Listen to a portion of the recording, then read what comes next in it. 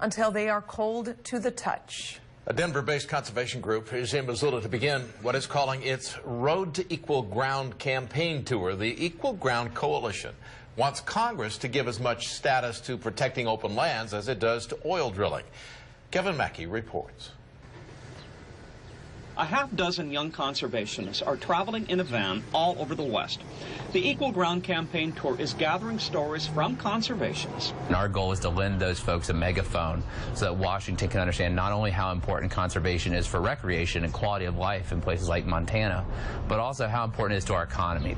Kincaid says our last Congress was the first one since World War II that did not create any new open space as a park, wilderness area, or national monument. It's important that we have domestic energy production, but it's also important that we protect our heritage and our legacy of conservation. You know, Montana's got the last intact ecosystem in the lower 48.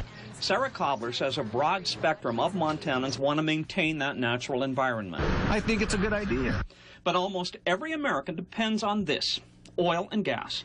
Of course, people do drive their cars to get to wilderness areas, to bike and to hike. And so it's a balancing act we struggle with all the time.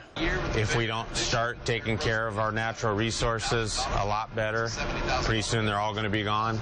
Montana does have its wilderness and parks. Some people ask, do we need more open public land? I think we have a pretty good amount right now. Enough of the wilderness has been saved that it's still there. The young conservationists have a blueprint for balance, protecting America's public lands for future generations amid the energy boom. Equal Ground says most public land in the West is currently unprotected and could be lost and should not be taken for granted. Kevin Mackey, NBC, Montana. A consumer advocacy group is speaking out against Google after the internet giant's